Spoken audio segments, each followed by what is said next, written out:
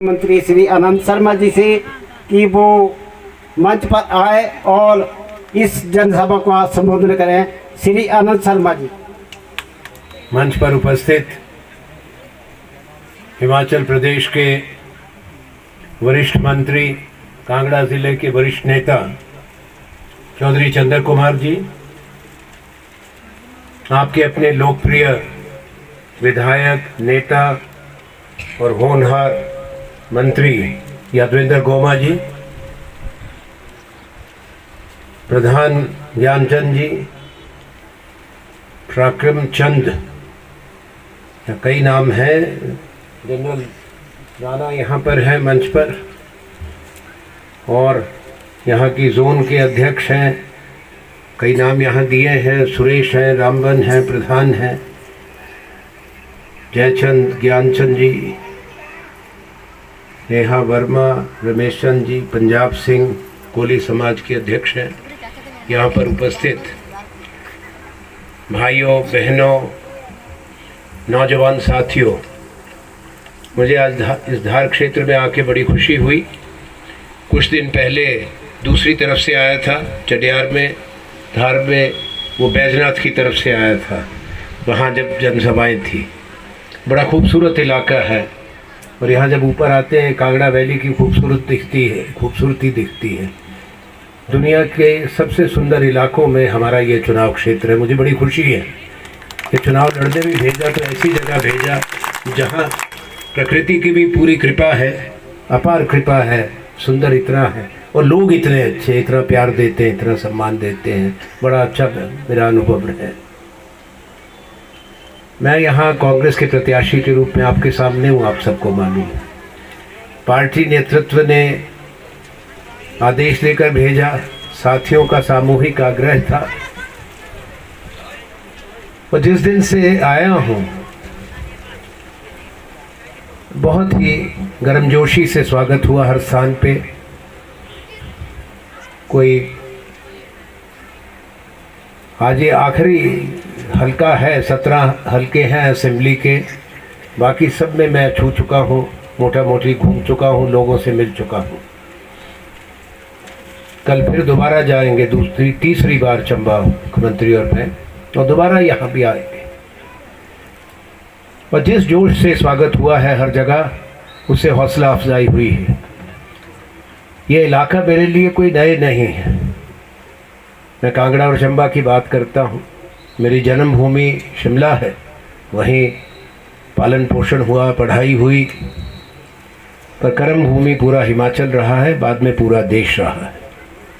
और जब हमने यहाँ संगठन बनाया था 70 के दशक में, छात्र संगठन, और उसके बाद में युवा कांग्रेस का हिमाचल में, चंद्र कुमार जी मेरे साथ थे, जब हम साथ ही थे, ये भी संगठन के हमारे साथ महामंत्री रहे उस बुरे दौर में, चुनौती के दौर में। थोड़ा इसको ज़्यादा मत छेड़ो बेटे, इको आ रही है। और आज भी मैं जब इस इलाके में आया हूँ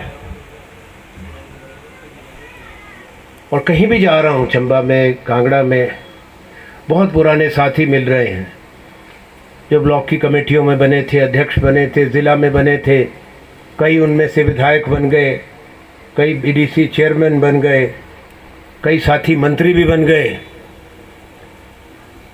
उनकी शादियों में आए थे, उनके बच्चों की शादियों में गए थे। तो इतने लोग हैं चारों तरफ जो पुराने परिचित हैं।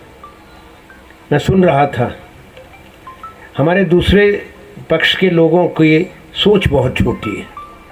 भारत तो बड़ा विशाल देश है, और जब किसी को देश के लिए काम करना हो, थोड़ा सा दिल दिमाग को बड़ा करना पड़ता है। मेरे को तो कई बार जब यादवेंद्र गोमा बोल रहे थे, मैं सुन रहा था, अब मैं क्या कह सकता हूँ, सख्त बोलने की आदत नहीं, जहाँ जहाँ ज़रूरी होती है वहाँ सख्त बात कही जाती है। पर कई बार तरस भी आता है कि अगर कोई व्यक्ति एक तरफ एक सोच, एक विचारधारा, एक भारत की बात करती हो, शब्द दो अच्छे हैं, भारत एक है, पर इसको ग्रहण तो करो। शब्द के उच्चारण से ग्रहण नहीं होता कि उसका संदेश क्या है। क्या प्रदेश की राजधानी पराई हो सकती है? हम तो तब स्कूल में थे जब पंजाब का पुनर्गठन हुआ था। चौधरी चंद्र कुमार जी भी यहाँ बैठे हैं, आप गवाही देंगे। ये सारे इलाके पंजाब के होते थे, शिमला भी, कांगड़ा भी, हमीरपुर, ऊना, यहाँ तक कि कुल्लू मनाली भी, ये नालागढ़ वगैरह के इलाके, लाहौल स्पीति तक। तो पंजाब का पुनर्गठन हुआ, हिमाचल में आंदोलन चल रहा था, विशाल हिमाचल का। शिमला शहर हिमाचल की राजधानी तब नहीं थी, पंजाब की समर कैपिटल हुआ करती थी।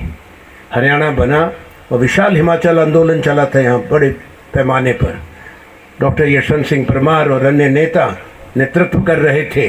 तो सारे पहाड़ के इलाके कट के हिमाचल में मिले, हिमाचल विशाल बना और एक पार्ट सी स्टेट से बाद में 1971 में हमारी प्रधानमंत्री इंदिरा गांधी जी और डॉक्टर यशवंत सिंह परमार मुख्यमंत्री थे, यशस्वी थे, स्वतंत्रता सेनानी थे, बड़ी उनकी भी कुर्बानियाँ रही। वो दिन मुझे आज भी याद है। हम छोटे थे तब, मेरी उम्र थी 18 बरस की, बर्फ़ पड़ रही थी और इंदिरा गांधी जी और डॉक्टर परमार पड़ती हुई बर्फ़ के अंदर खुली जीप में जनवरी महीने में रिज मैदान पर पहुँचे और हिमाचल को पूरे राज्य का दर्जा दिया। तो ये हम चश्मदीद गवाह हैं। जब ये पूरा इतिहास बना, जब पहाड़ी इलाके मिले तब के भी, जब पूरा राज्य बने तब के भी। जिन लोगों को कम जानकारी हो उनको हिमाचल के बारे में और इस इलाके के बारे में शायद मैं और मेरे साथी काफ़ी बता सकते हैं, ये भी मैं कहना चाहता हूँ। हमने इस देश को बनते देखा है, आज़ादी की बाद की पीढ़ी के हैं। जब छोटे होते थे, स्कूल जाते थे, वो दिन भी देखे हैं और बाद में इस भारत को हर तरह बनते देखा है। हमने दिल्ली भी बनती देखी है। दिल्ली शहर में कोई इतना नहीं था जो आज है, आबादी भी ये नहीं थी, कोई मेट्रो नहीं थी, एक छोटा सा हवाई अड्डा होता था। आज दिल्ली देखो, दुनिया के सब बड़े महानगरों के मुकाबला करती है। तो पूरे भारत में लोग हवाई यात्रा नहीं करते थे, उससे ज़्यादा सिर्फ दिल्ली में आते हैं, मुंबई में जाते हैं। तो ये देश बना है, इसको बनने में दशकों लगे हैं। आपका और हमारा देश है, इसकी एक अपना अनोखा देश है, इसकी विविधता और उस विविधता और अनेकता में एकता। ये बहुधर्मी बहुभाषी देश है। हमारा संविधान 18 भाषाओं को मानता है। यहाँ कश्मीर से कन्याकुमारी तक, पोरबंदर से गुवाहाटी तक अगर आप देखो तो कितनी बोलियां बदलती हैं, रहन सहन, रीति रिवाज। और जो बड़ी बड़ी भाषाएं हैं भारत की, उनका सदियों से, सैकड़ों वर्षों का अपना इतिहास है, साहित्य है, संगीत है। यही भारत की पहचान है। इसको समझना ज़रूरी है, क्योंकि आज उसी विविधता को, उसी अनेकता को हिंदुस्तान की चोट पहुंचाई जा रही है। आज बड़ी सोच वाले देश में छोटी लकीरें खींची जा रही हैं, सूबों के अंदर, सूबों के बाहर लकीरें गहरी खींच दी गई हैं, भाषा के नाम पर और क्षेत्र के नाम पे। उत्तर भारत और दक्षिण भारत के अंदर हिंदुस्तान के लिए ये अच्छी बात नहीं होगी। चुनाव आते हैं, चुनाव चले जाते हैं, सरकारें बनती हैं, सरकारें बदल दी जाती हैं, पर इस ऐसी सोच से हिंदुस्तान कमजोर होता है, हिंदुस्तान मजबूत नहीं होता। मैंने एक दो बार बोला है, कोई एक विचार और सोच देश पर थोपा नहीं जा सकता। भारत देश आम सहमति से चला है, सबकी राय शुमारी से चला है, तभी संग्राम लड़ा था कांग्रेस की अगुवाई में भारत की आज़ादी का, और सदियों की गुलामी के बाद हिंदुस्तान आज़ाद हुआ था। महात्मा गांधी महानायक थे, राष्ट्रपिता हमारे, उनके साथ जवाहरलाल नेहरू, सरदार वल्लभ भाई पटेल, सुभाष चंद्र बोस, गोविंद वल्लभ पंत, मौलाना आज़ाद, बहुत लंबी सूची, लोग लड़े। संघर्ष किया, तपस्या की, जेलों में गए, कई फांसी के फंदे पे झूल गए, क्रांतिकारी संगठनों ने साथ दिया, हिंदुस्तान आज़ाद हुआ। और सबसे बड़ी दुनिया की हुकूमत अंग्रेजी साम्राज्य, जिस पर सूर्य अस्त नहीं होता था, क्योंकि कहाँ अफ्रीका से लेकर कहाँ एशिया के दूसरे छोर तक, कहाँ हिंदुस्तान और कहाँ यूरोप के कई इलाके, जो साम्राज्य इतना विशाल था। ऑस्ट्रेलिया, न्यूजीलैंड, कहाँ तक थे वो, तो सूर्यास्त नहीं होता था। क्यों कहते थे? क्योंकि दुनिया के एक हिस्से में जहाँ साम्राज्य था वहाँ सूर्य उदय हो रहा होता था, दूसरे हिस्से में सूर्यास्त हो रहा। उसको शिकस्त दी भारत के लोगों ने और आज़ाद हिंदुस्तान में संविधान बनाया, एक आइन बनाया। उस संविधान जो एक प्रतिबद्धता थी, एक वचन दिया था कि आज़ादी के बाद भारत का हर नागरिक बराबर होगा, वो बराबरी का दर्जा मिला, बराबरी के अधिकार मिले, जिसको हम फंडामेंटल राइट्स कहते हैं, मौलिक अधिकार कहते हैं, जिनसे कोई छेड़खानी नहीं कर सकता। जब तक हिंदुस्तान का संविधान है, आप सबका एक एक नागरिक का अधिकार सुरक्षित है। और उसको और भी मजबूत बने, वो कैसे? प्रजातंत्र कायम करके, जमहूरियत कायम करके। हम दुनिया का सबसे बड़ी लोकशाही है, सबसे बड़ा लोकतंत्र है, और हर मतदाता का एक वोट है, चाहे वो अमीर है, गरीब है, पुरुष है, महिला है, पढ़े हुए हैं, बेपढ़ हैं, कोई जबान बोलते हैं, किसी भी जाति के हैं, किसी भी धर्म के हैं, कोई परहेज नहीं है, सबका वोट एक है। और इस वोट से आप सरकार बनाते हैं, इस वोट से आप देश की तकदीर बनाते हैं, इस वोट से आगे 5 साल की सरकार देखेंगे, रास्ता देखेंगे कि कौन सी विचारधारा इस देश को लेके चलेगी। आपने सब कुछ देखा है, पिछले 20-25 बरस में भी बहुत देखा है। जो नए मतदाता हैं उन्होंने कम देखा है, वो देख रहे, ऐसे ही अनुभव होता है। ये दुनिया का सबसे बड़ा चुनाव है पूरी। अब इस चुनाव में 100 करोड़ मतदाता वोट डालेंगे, और 100 करोड़ के माने अमेरिका और यूरोप दोनों की अगर आप आबादी को जोड़ दें, उससे भी 20 करोड़ ज़्यादा लोग वो भारत के चुनाव में वोट डालेंगे। दुनिया देख रही है कि हिंदुस्तान क्या फैसला करता है, क्योंकि आज की दुनिया एक दूसरे पर निर्भर है। अंग्रेजी का शब्द है इंटरडिपेंडेंट। आज देश जुड़े हैं तकनीक से, संचार के माध्यम से। आज व्यापार होता है, आदान प्रदान होता है, आयात निर्यात होता है। किसी देश में किसी चीज़ का निर्माण है, वो दूसरे देश में नहीं है, वो उस देश में जाती है। आयात वो देश करता है उसके पास जिसके पास जो चीज़ नहीं है। जिस तरह हमारे पास कच्चा तेल कम है बहुत, तो हम बाहर से मंगाते हैं। इसी तरह से विश्व में सारे बड़े फैसले देश मिलजुल कर दुनिया की बड़ी पंचायत में करते हैं। इसको संयुक्त राष्ट्र संघ कहते हैं। इसलिए संयुक्त राष्ट्र संघ भी देख रहा है, दुनिया के बड़े देशों की राजधानी में चर्चा है कि भारत क्या करेगा। रुचि होती है, कई बड़े देशों में चुनाव है इस बार, और हम भी दूसरे देशों की तरफ देखते हैं कि अमेरिका का राष्ट्रपति कौन बनेगा। इंग्लैंड में चुनाव है, हमारे साथ दक्षिण अफ्रीका जो बड़ा देश है अफ्रीका का, उसमें चुनाव हो रहा है हमारे साथ साथ। वहाँ अफ्रीकी राष्ट्रीय कांग्रेस है, जिसका भारतीय राष्ट्रीय कांग्रेस से पुराना रिश्ता है। वो 1912 में बनी थी, कांग्रेस पार्टी 1985। अब हमारे यहाँ 2 प्रमुख दल हैं। मैं उत्तर, मध्य और पश्चिम भारत की बात करता हूँ, बाकी देश के दूसरे इलाकों में दूसरे दल भी है। तमिलनाडु में डीएमके है, बंगाल में टीएमसी है, पर यहाँ पे मुकाबला हम दोनों का है।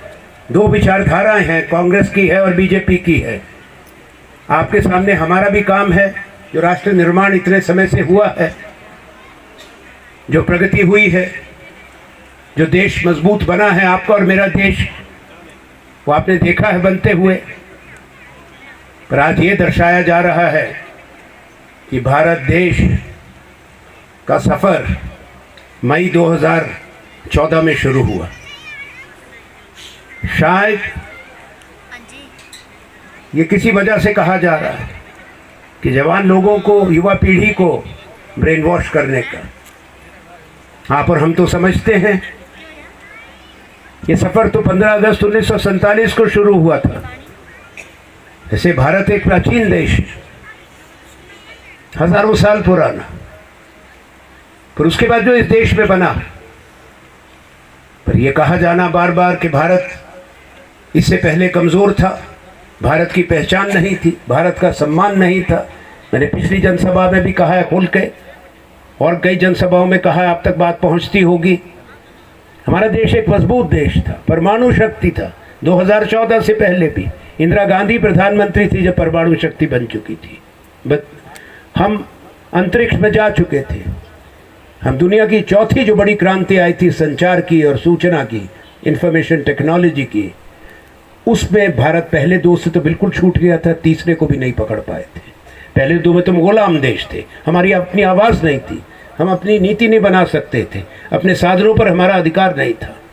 पर उसको हमने पकड़ा और उसके सूत्रधार स्वर्गीय प्रधानमंत्री जो शहीद हुए भारत के लिए, श्री राजीव गांधी थे। तो ये भारत था, बहुत बड़ी इकोनॉमी था, $2 ट्रिलियन की इकोनॉमी थी। हमारे 10 साल के कार्यकाल में बहुत काम हुए। जो बड़ी संस्थाएं बनाई थी आज़ादी के बाद, जिसको हज़ारों करोड़ लगते हैं बनाने में, IIT नहीं, इंडियन इंस्टीट्यूट ऑफ टेक्नोलॉजी, 5 थे। डॉक्टर मनमोहन सिंह प्रधानमंत्री थे, मैं उसी सरकार में मिनिस्टर था। जब हमने फैसला किया कि इंडियन इंस्टीट्यूट ऑफ टेक्नोलॉजी जो हैं हम दुगने करेंगे, इंडियन इंस्टीट्यूट ऑफ मैनेजमेंट जिनको IIM कहते हैं हम दुगना करेंगे। विज्ञान का एक ही बड़ा भारतीय संस्थान था Indian institute of science Bangalore में, हमने कहा उसको भी 5 करेंगे, यानी कि 4 और बनाएंगे। और जो सबसे पहले IIT लाई गई उस 5 के बाद, देश में तो 30 सूबे हैं, 30 राज्य, तो सब में थोड़े जाएगी। आज भी बहुत राज्य हैं जिनमें नहीं है, पर एक हिमाचल में लाई। मैं यहाँ से दिल्ली गया था हिमाचल के सांसद के रूप में, वहाँ मंत्री बने, अफसर था। तो सबसे पहली जो दूसरी किस्त की IIT थी वो हिमाचल में आई, मंडी में, दरंग में, कमान वैली। फरवरी 2009 में उसका फाउंडेशन स्टोन रखा। जाकर देखिए, एक विश्व स्तर का भव्य उच्च शिक्षा का संस्थान है जिसको हज़ारों करोड़ लग गए बनाने में। शिमला में Indian institute of foreign trade है, सिर्फ दिल्ली में था, उसका एक कैंपस कलकत्ता में था। मेरे पास विभाग था, मैंने कहा हमारी राजधानी में आना चाहिए, वो भी लाए। बाकी कहानी आपको साथी बता चुके हैं, गोमा जी भी, चंद्र कुमार भी, सारी बातें नहीं, विस्तार से कागज़ है उसमें लिखा है, बहुत लंबी सूची है उसमें। पर कंदरौली में इंडस्ट्रियल एरिया, उसमें स्टील का भी आ गया, उसमें पेप्सी भी आ गए, उसमें और कारखाने लग गए, और साथ में ऑर्डिनेंस का भी आ गया। उसमें फौजी यहाँ होंगे कई, बताओ भाई, वहाँ AK-47 राइफल भी बनेगी यही कंदरौली में। पेप्सी तो आ चुका, स्टील प्लांट आ चुका, हज़ारों लोगों को रोज़गार मिल रहा है। और दूसरा लाए थे इधर पंडोगा में, ऊना में, ये दोनों मैंने दिए थे जब मैं भारत का उद्योग मंत्री भी था। हमने संस्थानों को बनाने में विश्वास किया है, और अभी भी मैं सोचता हूँ बहुत काम यहाँ होने चाहिए। कांगड़ा और चंबा की बहुत पोटेंशियल है। मैंने इसलिए जिक्र किया चंद बातों का कि हमारी सरकार की एक सोच थी, दूरदर्शी सोच थी, भविष्य से जुड़ी थी, खास तौर पे अपने बेटे बेटियों का भविष्य, जो उच्चतम शिक्षा के संस्थानों से ही बन सकता है कि वो देश और दुनिया में अपना नाम बनाए और अपनी पहचान बनाए। एक फ़र्क है हम में और दूसरों में, हमारी सोच समावेशी है, पूरे देश को साथ लेके चलने की। हमारे विरोधी दल भारतीय जनता पार्टी की वो सोच नहीं, जो मैंने जिक्र किया कि वो लकीरें खींचने में लगे हैं। एक ही बहुत बड़ा फ़र्क। और प्रधानमंत्रियों में फ़र्क है। चंद्र कुमार जी ठीक कह रहे थे, डॉक्टर मनमोहन सिंह जी विद्वान अर्थशास्त्री थे, शालीन थे, उन्होंने कभी शोर नहीं मचाया, प्रचार नहीं किया कि हमने ये किया। आज ऐसा दिखाया जाता है कि अब जो हुआ 10 साल में वो पहले कभी नहीं हुआ, यही कहा जा रहा है। मैं उसको स्वीकार करता हूँ, क्योंकि अब जो हो रहा है वो पहले कभी नहीं हुआ। मैं मानता हूँ इस बात को, ये बात ठीक है। पर दूसरे नज़रिए से ये अंतर है डॉक्टर मनमोहन सिंह और वर्तमान प्रधानमंत्री में। जब इतिहास लिखा जाएगा पिछले 20 साल का, 2004 से 14 डॉक्टर मनमोहन सिंह और कांग्रेस की सरकार, हमारी सरकार, मैं दावे के साथ कहता हूँ स्वर्णिम अक्षरों में वो 10 साल लिखे जाएंगे। जो संस्थाएं बनाई, जो बड़े फैसले हुए, और इस 10 साल को जो उसको अमृत काल कहते हैं वो अन्याय काल के रूप में जाना जाएगा। और मैं आपको बताऊंगा क्यों। वायदों की तो बात हो गई, वायदा खिलाफी हो चुकी है। प्रजातंत्र में क्या होता है? चुनाव के बाद आपका अधिकार है हिसाब किताब मांगने का, जवाबदेही तय करने का। हम तो पूरा अपना लेखा जोखा देते हैं, अपने 10 साल का भी देते हैं, अपने कार्यकाल का भी देते हैं, एक सांसद के रूप में भी देते हैं, क्योंकि आपका अधिकार है, ये जानकारी आपको मिलनी चाहिए। मेरा कर्तव्य है कि जानकारी दूं। क्या सरकार का, दिल्ली की सरकार का कोई कर्तव्य नहीं है?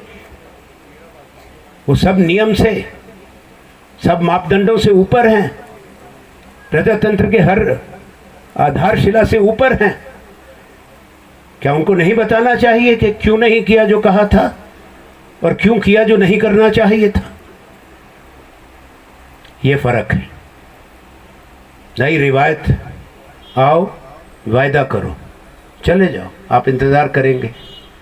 अगली बार आओ, पहले एक वायदे का जिक्र ना करो, नया वायदा करो। फिर तीसरी बार आओ, 2 वायदे और बता जाओ, कहो भाई पिछले वायदों का ना पूछना। बाद में जब पूछा गया तो कह दिया वो तो जुमला था।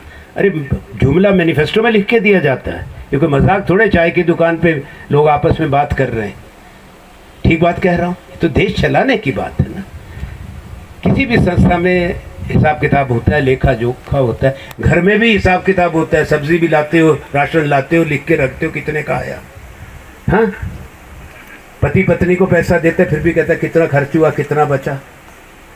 पत्नी भी ठीक होती है कि माताएं बहनें हमारी बुरे वक्तों के लिए थोड़ा बहुत अपने बचा लेती हैं 10-50 रुपए, कि कोई बुरा वक्त आए तो काम आ जाए, बच्चे को ज़रूरत है काम आ जाए। ठीक कह रहा हूँ,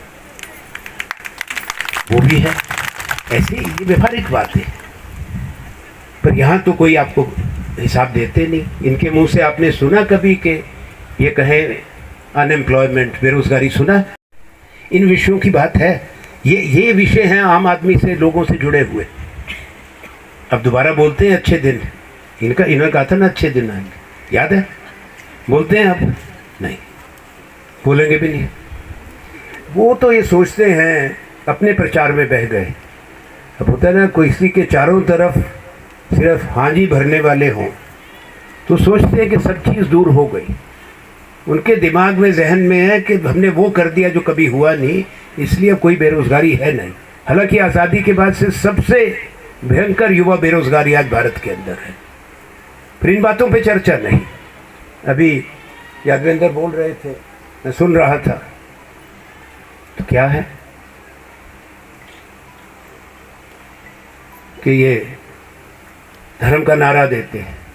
क्या, ये बताओ, भारतीय जनता पार्टी का जन्म 1980 में हुआ।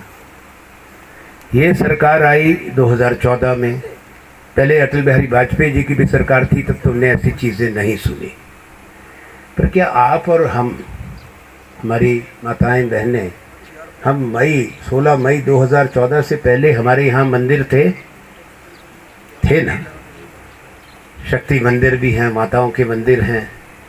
हर 2-3 किलोमीटर पे, हर गांव पंचायत के नज़दीक कोई ना कोई मंदिर है, कोई प्रार्थना सदन है। हमारी आस्था है कि हम लोग उससे पहले मंदिर नहीं जाते थे ना। घर में पूजा अर्चना नहीं होती थी, नवरात्रे नहीं मनाते थे हम। ये कोई ब्रह्मा विष्णु महेश ने हमारे पूरे धर्म को, आस्था को कोई एजेंसी बनाई है, जिस तरह गैस एजेंसी, पेट्रोल पंप देते हैं कि भाई भारतीय जनता पार्टी को दे दी। अब ये बताएंगे कि जो इनके साथ है वो हिंदू है, जो इनके साथ है नहीं। तुम हो कौन? किसने कह दिया इनको? ये बड़ी गलतफहमी के शिकार हो गए, तो बड़ी खतरनाक बात है। देशभक्ति का भी उनको दे दी एजेंसी। कि जो उनके साथ हैं देशभक्त।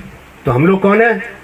63% हिंदुस्तान ने इनके खिलाफ वोट दिया था 2019 में भी, तो सारे देशद्रोही बन गए। इस बार वक्त आ गया, कई बार जब इस तरह का मानसिकता हो जाए धरती पे वापस लाना पड़ता है। ठहरो ठहरो, ठंडा करो दिमाग, थोड़ा देखो वास्तविकता क्या है। ये हिंदुस्तान वो नहीं है, ये समाज वैसा नहीं है। लोगों को समझ है, विवेक है, अच्छे बुरे की भी पहचान है। 10 साल में कुछ तो समझ गए हैं लगता है। अब तो कुछ पता लगा, फर्क तो है। हमने जो कहा था वो देखो, आज कुछ वायदे बताए गए, कुछ मैं बताऊंगा, पर हमारा न्याय पत्र है, विस्तार में नहीं जाऊंगा। हमने कहा है कि हम किसान का, जिसके साथ बहुत अन्याय हुआ, जुल्म हुआ, अन्नदाता के साथ, अभी हाल में देखा आपने, गलत कानून लाए, देश का अन्नदाता जिसने हमको आत्मनिर्भर बनाया खाद्यान्न में, हम निर्यात करके दूसरे देशों को भेजते हैं, उस पर किस तरह से पीड़ित किया। वो इंसाफ मांगने के लिए आज़ाद देश में दिल्ली अपनी राजधानी में चले, उनको रास्ते में ही, चंडीगढ़ के बाद ही उन पे टीयर गैस के, अश्रु गैस के ग्रेनेड, वाटर कैनन, जो ठंडी के दिनों में बूढ़े किसान, माँ बाप की उम्र के भाई बहन बच्चे जा रहे थे, उन पे मशीन से वो जो ठंडा पानी की वाटर कैनन्स की बौछार कर दी गई, टीयर गैस, लाठी, गोली भी चला दी। तो दिल्ली को छावनी बना दिया प्रजातंत्र में, दिल्ली के चारों तरफ खाई खोद दी, इतनी इतनी बड़ी कीलें भालों की तरह लगा दी, कटीले तार बिछा दिए। तकरीबन 1 साल ठंड में, गर्मी में, बरसात में इस देश का अन्नदाता सड़क पर बैठा रहा न्याय के लिए। देश ने भी उस आवाज़ को के साथ अपनी आवाज़ जोड़ी। सरकार को कानून वापस लेने पड़े, पर कभी उन्होंने आपने सुना माफ़ी मांगी हो, खेद व्यक्त किया हो कि ये किसान अन्नदाता क्षमा कर दो, हमसे गलती हो गई? सुना आपने किसी के मुंह से? नहीं सुना ना। इसीलिए मैं कहता हूं कुछ बातें याद दिलाना ज़रूरी है, कुछ याद कराना ज़रूरी है। 3 बातें सिर्फ। एक तो मैंने बताई अभी किसान की, उससे पहले 2016 8 नवंबर का रात्रि 8 बजे एक तुगलकी फरमान, हुक्म नोटबंदी का, देश का 86% पैसा रद्द कर दिया गया। क्या कह के? कलंकित करके देश को, आपके हमारे पैसे को। काला धन था, चोर बाजारी पर चलता था, आतंकवादियों को पैसा जाता था, इसलिए इसको रद्द कर दिया गया। अब ये कागज का टुकड़ा होगा। ये किसने कहा था? 43 दिन तक हिंदुस्तान के लोग अपने पैसे की भीख मांगने के लिए बैंकों के बाहर कतारों में खड़े रहे, सैकड़ों मर गए। ये हुआ या नहीं हुआ? उसके बाद 99% वो पैसा वापस आ गया, क्योंकि वो सच्चा साफ पैसा था, लोगों का पैसा था, और हमारी बहनें माताओं के पास था, हमारे किसानों के पास जो नकदी था। नकदी किस देश में नहीं होती? किस तरह से फिर उसको बदलवाने के लिए पहले तो अपना पैसा नहीं निकालने दिया, वो भी वो तय करते थे, पैसा आपका है, टैक्स दिया हुआ पैसा है, पर हुक्मरान तय करेंगे 5,000 निकाल लो। अच्छा, 1 हफ्ते के बाद हमने सोचा है 10,000 कर देते। कितना बदलवा सकते हो? ठीक कह रहा हूँ, गलत कह रहा हूँ? पिछली बार तो उन्माद में ये बातें दब गई थी, अब याद करो। और तीसरी बात जो याद करने की है, जो हिमाचल के साथ पिछले साल हुआ, याद है? बाढ़ आई, आपदा आई, हजारों घर खत्म हो गए, सैकड़ों लोगों की मृत्यु हो गई, हमारी सड़कें टूट गई, इंफ्रास्ट्रक्चर बर्बाद हुआ, हजारों करोड़ का, पुल बह गए, पनबिजली योजनाओं को भारी क्षति पहुंची, फिर भी हिम्मत करके मुरम्मत हुई। हिमाचल की सरकार ने लोगों को मलहम लगाई जख्मों पे। हमारे यहाँ आपने कांग्रेस की सरकार बनाई, एक साधारण परिवार का व्यक्ति ठाकुर सुखविंदर सिंह सुक्खू वहाँ हिमाचल के मुख्यमंत्री बन गए। उसी सरकार में चंद्र कुमार जी तो पहले भी खूब मंत्री रहे, मंत्री हैं हमारे यादवेंद्र गोमा जी, आपके अपने प्रिय और होनहार, ये भी मंत्री हैं। इन्होंने सबने मेहनत करी, राहत पहुंचाई, 7 लाख का मुआवजा मकान बनाने का दिया सबको। पहले 1.5 लाख मिलता था, 1,30,000 मिलता था, 4,500 करोड़ का पैकेज दिया। पर जरा ये सोचो कि दिल्ली की सरकार ने क्या किया, जिस पे हर राज्य का अधिकार है जहां इस तरह की आपदा आती है, त्रासदी होती है। हिमाचल का हक था, हिमाचल को वंचित किया गया। संवेदनहीन निकली दिल्ली की सरकार, हिमाचल के साथ सौतेला व्यवहार किया।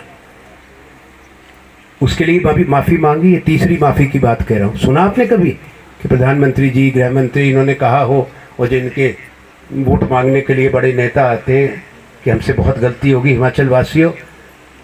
कहा, सुना? अभी भी कहते हैं? कभी नहीं कहेंगे।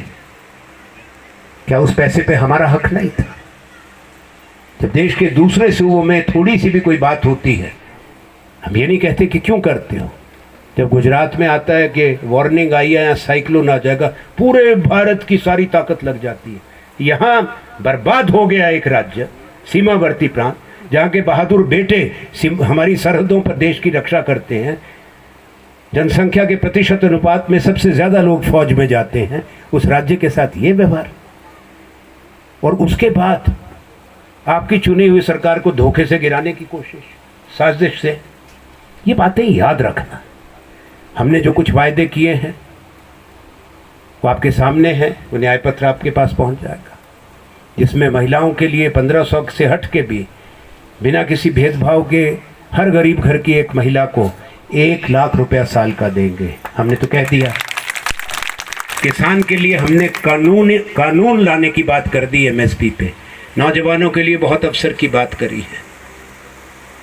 उसके साथ साथ सेना के बारे में, जो एक बहुत बड़ा खिलवाड़ हो रहा है भारत की सुरक्षा से, फौज की भर्ती के नियम बदल के एक बड़ी प्रभावशाली शब्द वाली योजना लाए हैं, अग्निवीर। तो 4 साल के लिए बच्चे जाएंगे, 21-22 साल की उम्र में फौज से बाहर। 4 साल में से फौजी हैं यहाँ पे कोई, जरूर होंगे। 4 साल में ट्रेनिंग पूरी हो जाती है गनर की। 4 साल में कोई अच्छा वेपन सिस्टम दे दिया जाता है? नहीं दिया जाता। 4 साल के बाद आएंगे। चंद्र कुमार जी ने तो बता दिया सारा, समझा भी दिया, पर ना तो पेंशन मिल रही, ना स्वास्थ्य सेवा कोई मिलेगी, कोई मेडिकल नहीं मिलेगा, फौज की कैंटीन से राशन नहीं मिलेगा। अगर बच्चे ने, हाँ तो बेटियां भी जाती हैं फौज में, उनकी जान चली गई सीमा पर देश की रक्षा में, तो शहीद का दर्जा नहीं मिलेगा, माता पिता को भी कुछ नहीं मिलेगा। ये न्याय है? ये देश की सेना को मजबूत करने की बात है। इसलिए हमने ये भी वचन दिया है, बदलाव आएगा जनता के आशीर्वाद से। हम पहला फैसला होगा अग्निवीर योजना को खारिज, हटा के पुराना भर्ती लौटाएंगे, सारी सुविधाएं मिलेंगी। वो भी कहते हैं कि हम जो कहते हैं हम करते हैं। सब चीज़ें गिना दी कि जो कहा था उन्होंने नहीं किया। हम जो कहते हैं हमने किया, अभी भी जो कह रहे हैं करेंगे। हिमाचल में OPS भी दी, 1500 रुपये का भी किया, जो बता दिया गया आपको। फार्म भर रहे हैं, अप्रैल महीने से मिलेगा, जून में 2 महीने के सीधे मिल जाएंगे, अप्रैल मई के महिलाओं को, माताओं बहनों को। और अभी भी जो कह रहे हैं सब कुछ करेंगे। किस लिए? क्योंकि हमने मनरेगा लाई, हमने खाद्य सुरक्षा का कानून अधिकार दिया, कानून लाया, हमने शिक्षा का भी दिया, स्वास्थ्य का भी दिया, सूची लंबी है। ये सब किसने बनाया? कांग्रेस UPA सरकार ने। मनमोहन सिंह जी, मैं उस सरकार में वजीर था। मैं आज भी वचन देता हूँ, इस इलाके के लिए हमारे मन में बहुत चीज़ें, सब साथियों से बातचीत करी है।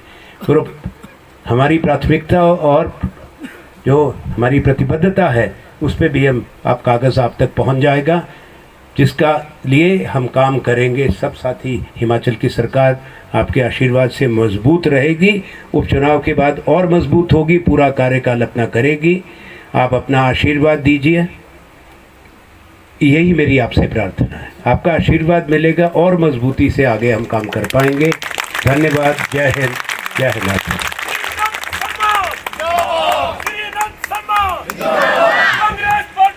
धन्यवाद जी। आपने माननीय श्री अनंत शर्मा जी के बहुमूल्य विचारों को सुना और आप यहाँ पर बड़ी तादाद में आए। आप सब